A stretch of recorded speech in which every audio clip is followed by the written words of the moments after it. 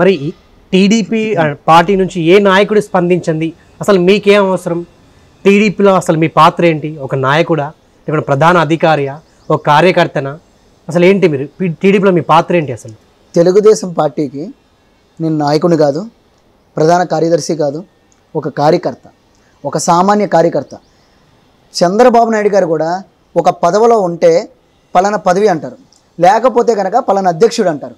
అలాగే అప్పుడే ఎదిగిన కూడా ఇప్పుడు నారా లోకేష్ గారు ఫస్ట్ కార్యకర్తల సంక్షేమ నిధికి సమన్వయకర్త కింద ఉండే ఎదిగారు. ఎవరైనా ఒక కార్యకర్త నుంచే రావాలి. నేను కూడా ఇప్పుడు తెలుగుదేశం పార్టీకి ఒక కార్యకర్త కన్నా నేను చంద్రబాబు నాయుడు గారి అభిమాన్ని, చంద్రబాబు నాయుడు గారికి భక్తుణ్ణి. ఎన్టీ రామారావు గారికి అప్పట్లో భక్తులు ఉండేవారు, అవునంటారా కాదంటారా? ఎన్టీ రామారావు గారికి అప్పట్లో భక్తులు ఉండేవారు. ఇప్పట్లో చంద్రబాబు నాయుడు గారికి నేను భక్తుణ్ణి. ఇది నా ఒక్కడికే అంటాను కానీ పక్కోడికి రుద్దను. మళ్ళీ ఇది కూడా చెప్తున్నా, నా ఒక్కడికే నేను అనుకుంటా, పక్కోడికి రుద్దను. నేను చంద్రబాబు నాయుడు గారి భక్తుణ్ణి. అదండి. మీరు మాల వేసుకున్నారు, అయ్యప్ప మాల. అవును. ఓకే, సాంశరణం. అసలు మీరు అయ్యప్ప భక్తుడా లేక చంద్రబాబు నాయుడు గారి భక్తుడా? నేను చంద్రబాబు, జగన్మోహన్ రెడ్డి ఎవరైనా సరే ఒక దేవుణ్ణి నమ్ముతారు. నమ్మేవాళ్ళ గురించే చెప్తున్నాను, నమ్మనోళ్ళ గురించి మనం మాట్లాడుకోకర్లే. అక్కడ నమ్మేవాళ్ళు ఎవరైనా ఒక దేవుణ్ణి నమ్ముతారు. ఇప్పుడు వెంకటేశ్వరాన్ని నమ్మేవాళ్ళు ఉంటారు, యేసుప్రభుని నమ్మేవాళ్ళు ఉంటారు, అల్లాని నమ్మేవాళ్ళు ఉంటారు. ఎవరికి నచ్చిన వాళ్ళు ఆ దేవుణ్ణి వాళ్ళు నమ్ముతారు. సో నేనైనా, చంద్రబాబు అయినా, జగన్ అయినా ఎవరైనా సరే దేవుణ్ణి నమ్మాలి, ఆ దేవుణ్ణి నమ్ముతున్నాం. కానీ నేను అయ్యప్ప స్వామిని భక్తుడిని, ఫస్ట్ అయ్యప్ప భక్తుడిని. అయ్యప్ప తర్వాత మనిషి రూపంలో ఒక చంద్రబాబు నాయుడు గారికి భక్తుడిని నేను. ఎందుకంటే నేను ఆయన్ని దేవుడి రూపంలో చూస్తా, ఆయన్ని దేవుడి కింద కొలుస్తా నేను. అది విషయం అండి. ఒక్కటి అండి, చెప్పండి. చంద్రబాబు నాయుడు గారిని దేవుడు రూపంలో కొలవడానికి అసలు ఆ ముఖ్య కారణాలు తెలుసుకోవచ్చా మీ నుండి? కంపల్సరీ తెలుసుకోవచ్చండి. మీ ద్వారా, మీ TNN న్యూస్ ద్వారా ప్రజలందరికీ కూడా తెలుస్తుంది. ఈరోజు మీరు అడిగింది హైటెక్ సిటీ ఉంది. హైటెక్ సిటీ ఒక కొండ ప్రాంతం. అక్కడ మైక్రోసాఫ్ట్ని తీసుకొచ్చింది నారా చంద్రబాబు నాయుడు గారు అని చెప్పి ఇప్పుడున్న కల్వకుంట్ల తారక రామారావు గారు, కేసీఆర్ గారు వాళ్ళ బిడ్డ కేటీఆర్ గారు చెప్పారు. అది వాస్తవమే కదా, ఆయన నోటంటే ఆయనే చెప్పారు కదా. అప్పుడు కూడా వాళ్ళు వచ్చి మేము ఇక్కడ పెట్టమా వద్దా అని అడిగితే చంద్రబాబు నాయుడు గారు ఇదిగో నేను ఇది ఇస్తున్నాను, ఇన్ని మీకు ఇలా ఇస్తున్నానని చెప్తే వాళ్ళు మేము పక్క రాష్ట్రం కూడా వెళ్ళొస్తామంటే ఈయన కూడా అన్నారు మీరు దేశం మొత్తం దేశాల్లో ఎన్ని రాష్ట్రాలు అన్ని రాష్ట్రాల్లో వెళ్ళండి, వాళ్ళకన్నా నేను ఏమైనా తక్కువ మీకు చేస్తున్నానా, తక్కువ ఇస్తున్నానా అని అంటే కనుక మీరు అక్కడే పెట్టుకోండి అంటే వాళ్ళు మళ్ళీ అంత దేశం అంతా తిరిగి వచ్చి ఒకే మాట అన్నారండి సింపుల్గా, చంద్రబాబు నాయుడు గారు మీరు ఐటీలో మిమ్మల్ని మించిన విజన్, మీకున్న విజన్ ఇంకెవరికే లేదు, ఏ రాష్ట్రంలో ఉండే చీఫ్ మినిస్టర్లు కాదు కదా ఎవరికే లేదు, మీరు గొప్ప వ్యక్తి, ఐటీలో ఏంటి మీరు ప్రజలకు చేయవలసిందేంటి, సో మేము ఇక్కడే పెడుతున్నాం అనేసి ఈరోజు ఐటీ డెవలప్ చేశారు. అప్పుడు ఆయన ఐటీ డెవలప్ చేయడం వల్ల రైతుల కొడుకులు, ఊళ్ళో రైతుల కొడుకులు అంటే ఒక రైతు కొడుకు కూడా అక్కడే చదువుకున్నా సరే అదే వ్యవసాయం చేయాలి. అలాంటి వాళ్ళని ఈరోజు ఇక్కడ మనకి ఐటీ ఉద్యోగుల్లో సాఫ్ట్వేర్ ఉద్యోగుల కింద ఉంచింది ఎవరండి? నారా చంద్రబాబు నాయుడు గారు. ఒకటండి. రెండోది, అనేక మంది, ఎంతోమంది బాధపడుతూ ఏది ఉద్యోగం అని కాకుండా మాకు ఈ కష్టం ఏదంటే రైతులకు కూడా చాలా చేశాడు ఆయన. అనేక మంది ప్రజల్లో ఎంతోమంది ఎన్నో విధంగా చేశాడు. ఇప్పుడు కూడా అమరావతిలో భూములు ఇవ్వద్దని చెప్పి ఈ వైఎస్ఆర్సీపీ మాట్లాడితే అమరావతిలో ఈయన ఒక మాట చెప్పి రైతులు డైరెక్ట్ భూములు ఇచ్చారండి. ఎవరిని చూసి ఇచ్చారు? చంద్రబాబు నాయుడు చూసి ఇచ్చారు. అమరావతిలో భూములు ఎవరిని చూసి ఇచ్చారు? చంద్రబాబు నాయుడు చూసి ఇచ్చారు. అలాగే పట్టిసీమ అని ప్రాజెక్టు కంప్లీట్ చేశారండి. ఎవరు చేశారు? నారా చంద్రబాబు నాయుడు గారు. అక్కడ ఉన్న నీళ్ళని, గోదావరి నీళ్ళని రాయలసీమకి నీళ్ళు ఇచ్చి అక్కడ రైతులకి సస్యశ్యామలం చేద్దామని చెప్పి మన చంద్రబాబు నాయుడు గారు అనుకుంటే రాయలసీమలో ఇంకా ఫ్యాక్షనిజం చేస్తాను, నేను గన్నెట్టి కాల్ చేస్తాను సీఎం అని అన్న వ్యక్తి జగన్మోహన్ రెడ్డి అండి. ఓకే, మీరు విన్నారా గన్నెట్టి కాల్స్తే? ఏమండి మీరు వినలేదా? నేను వినలేదు కాబట్టి చెప్తున్నాను. మీకు ఇప్పుడు నేను చూపించమన్నా వీడియో తీసి నేను చూపిస్తాను, తర్వాత మీకు వాట్సాప్లో పంపుతాను. నంద్యాల ఉప ఎన్నికల్లో ఈ సీఎంని గన్నపెట్టి కాల్ చేసిన తప్పు లేదు అన్నాడు జగన్మోహన్ రెడ్డి. ఎందుకన్నారు? అది ఎందుకు అనాల్సి వచ్చింది? ఎందుకన్నారు మీరు చెప్పండి. ఎందుకన్నారు నేను చెప్పనా? నేను చెప్పనా? ఈయనకి మళ్ళీ శుక్రవారం కోర్టుకి వెళ్ళదు కదా, ఈయనలాగా కోర్టుకు వెళ్తే క్షమించేవాడు, ఈయనలాగా దొంగ అయితే క్షమించేవాడు. ఈయనలాగా దొంగగా చంద్రబాబు నాయుడు. వైఎస్ జగన్మోహన్ రెడ్డి ఒక దొంగ. వైఎస్ జగన్మోహన్ రెడ్డి ప్రతి శుక్రవారం కోర్టుకు వెళ్తాడు. జైల్లో ఉన్న వ్యక్తి జైల్లో ఎందుకు ఉన్నాడో అవినీతి చేశాడు. తండ్రి యొక్క అధికారాన్ని ఉపయోగించుకొని లక్షల కోట్ల అవినీతి చేశాడు. ఎవరు డబ్బు అండి ఇది? ఈరోజు మనీ లాండరింగ్ అంటే చిన్న కేసు అనుకున్నారా? ఒక ఇంట్లో దొంగతనం చేస్తేనే మనం అతను చెత్త కొట్టి స్టేషన్లో వేయించి పోలీసులకు చెప్తాం. మళ్ళీ ఎప్పుడైనా మళ్ళీ దొంగతనం చేస్తే మళ్ళీ పోలీసులకు చెప్తాం. అతను ఫోటో జైల్లో మన దాంట్లో పెడతాం. 10 మందిలో తిరిగితే ఇతను దొంగ అని అంటాం అనవండి. ఇప్పుడు ఇతను దొంగ కాదా? జగన్మోహన్ రెడ్డి దొంగతనం చేయలేదా? అప్పుడు ఉమ్మడి రాష్ట్రంలో తెలంగాణ ప్రజలదేంటి, ఆంధ్రప్రదేశ్ ప్రజలదేంటి, డబ్బులు దొబ్బేసి లక్షల కోట్లు అవినీతి చేసింది ఇతను కాదా జగన్మోహన్ రెడ్డి? మీరు చెప్పండి, నేను న్యాయం మాట్లాడుతున్నాను. చంద్రబాబు నాయుడు గారు ఇన్ని పనులు చేశారు, హైదరాబాద్ని ఇంత బాగా డెవలప్ చేశారు అంటున్నారు. సో అందుకే కేటీఆర్ గారే చెప్పారు. ఓకే, మీరు కూడా అంటున్నారు. గతంలో చూసుకుంటే రాజశేఖర రెడ్డి గారు చేయలేదా? రాజశేఖర రెడ్డి గారు, నేను మాల్లో ఉండి నేను చెప్తున్నాను, రైతులకి ఉచిత కరెంట్ ఇచ్చి చేశారు. మనం ఏమండి అన్ని విమర్శలు కాదు, మనం అది ఒప్పుకోవాలి, కాదన్నాం. ఉచిత కరెంట్ అప్పుడు పైన ఉన్న కాంగ్రెస్ గవర్నమెంట్ కాబట్టి నేను ప్రజలకు ఏదో చేయాలి, లేకపోతే నా ముఖం మీద ఉమ్మొస్తారో అని చెప్పి ఆయన రైతులకి చేశారు. రైతులకు ఒకటి చేశారు. ఆయన రైతులకి ఇంత చేస్తే తన అధికారం ఉపయోగించుకొని కొడుకుతో అవినీతి ఎంత చేశాడు. మీకు అర్థమైందా? రైతులకి ఎంత చేస్తే అది ఒక పేరు చెప్పుకొని అవినీతి ఎంత చేశాడని చెప్తున్నాను నేను. సో ఒకటి చెప్పండి. ఈ రోజుల్లో ఏ రాజకీయ నాయకుడు అంటే ఏ తప్పు చేయకుండా అధికారం చెలాయించట్లేదు? ఒకటి చెప్పండి, మీరు ఒకరిని చూపించండి. చంద్రబాబు నాయుడు గారి మీద ఏం తప్పులు చేశాడు, ఏం అవినీతి చేశాడు, మీరు ఒకటి చెప్పండి నాకు. ఓకే, మీ దృష్టిలో చంద్రబాబు నాయుడు గారు అసలు ఏమి తప్పులు చేయలేదండి, ఒక్క అవినీతి కూడా చేయలేదు.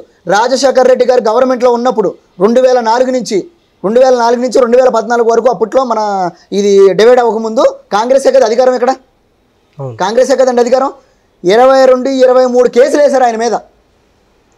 23 కేసులు చంద్రబాబు నాయుడు గారి మీద వేశారు. అప్పట్లో కాంగ్రెస్ లీడరు, ఇప్పట్లో బీజేపీ అధ్యక్షుడు కన్నా లక్ష్మీనారాయణ డైరెక్ట్ కోర్టుకి ఏడుస్తానని చెప్పి ఛాలెంజ్ చేశాడు చంద్రబాబు నాయుడు గారి మీద. ఏం చేశాడు ఈ కన్నా లక్ష్మీనారాయణ? ఏం చేశాడు? ఏమీ చేయలేక, ఒక్క కేసు అయినా నిరూపించలేక అందరూ వెళ్ళి ఇంట్లోనూ ఏసీ వేసుకుని పడుకున్నారు వీళ్ళందరూ. సో ఇంకొకటి, అలాంటప్పుడు మీరు భయపడాల్సిన అవసరం ఏంటి? సినిమా రిలీజ్ అయితే భయపడాల్సిన అవసరం ఏంటి? ఒకవేళ మీరు అన్నట్టుగా చంద్రబాబు నాయుడు గారు మంచి పనులు చేస్తారనుకుంటే అది జనాలకు తెలుసు. ఎవరికి ఓటేయాలి, ఏ నాయకుడిని గెలిపించుకోవాలనేది జనాలకు తెలుసు. ఒక సినిమా వలనే ఆ ప్రభావం పార్టీ మీద పడుతుంది, ఆ నాయకుడి మీద పడుతుంది, దాని ద్వారా ఓట్లు పడవని చెప్పేసి మీరు వచ్చే సినిమా ఆపడం అనేది ఎంతవరకు కరెక్టు? ఇప్పుడు నేను జగన్మోహన్ రెడ్డి మీద ఒక సినిమా తీస్తానండి. నా మీద వైఎస్ఆర్ కాంగ్రెస్ పార్టీకి సంబంధించి వైఎస్ఆర్ కాంగ్రెస్ పార్టీకి ఛాలెంజ్ చేస్తా. ఇదే టైంలో నేను సినిమా రిలీజ్ చేస్తే, ఒకవేళ ఇప్పుడు అవదలే రిలీజ్ చేస్తే ఆ పార్టీ ఒప్పుకుంటుందా? ఒక కార్యకర్త ఒప్పుకుంటాడా? ఒక నాయకుడు ఒప్పుకుంటాడా? ఆఖరికి ఈ దొంగ జగన్మోహన్ రెడ్డి ఒప్పుకుంటాడా? ఎవరన్నా ఒప్పుకుంటారా? నేను చెప్పేది ఏంటంటే, ఆ సినిమా నిర్మించేది ఆ పార్టీ జగన్ సన్నిహితుడు రాకేష్ రెడ్డి. వాళ్ళ పార్టీకి ప్రయోజనం కోసం తప్పుడు ప్రచారం అందిస్తున్నారు. అసలు సినిమా చూస్తే కదా మీకు తెలిసేది. అసలు సినిమాలో ఏముంటుంది? ట్రైలర్లో ఆ పదజాలం వాడడం, వెన్నుపోటు లక్ష్మీ ఎన్టీఆర్ అని వాడడం, ఏమండి ఇదన్నీ ఎవరో? ఆ పదజాలం ఎవరిదే? రామ్ గోపాల్ వర్మ డాడీదా లేదా లక్ష్మీ పార్వతి డాడీదా? ఒకటి చెప్పండి. అసలైన వెన్నుపోటు పొడిచింది తెలుగుదేశం పార్టీకి ఏంటి, ఎన్టీ రామారావు గారికి ఏంటి, నాదెళ్ల భాస్కర్రావు. ఆ నాదెళ్ల భాస్కర్రావు మీద ఇప్పుడున్న ఈ లక్ష్మీ పార్వతి గారు ఏమైనా మాట్లాడుతున్నారా?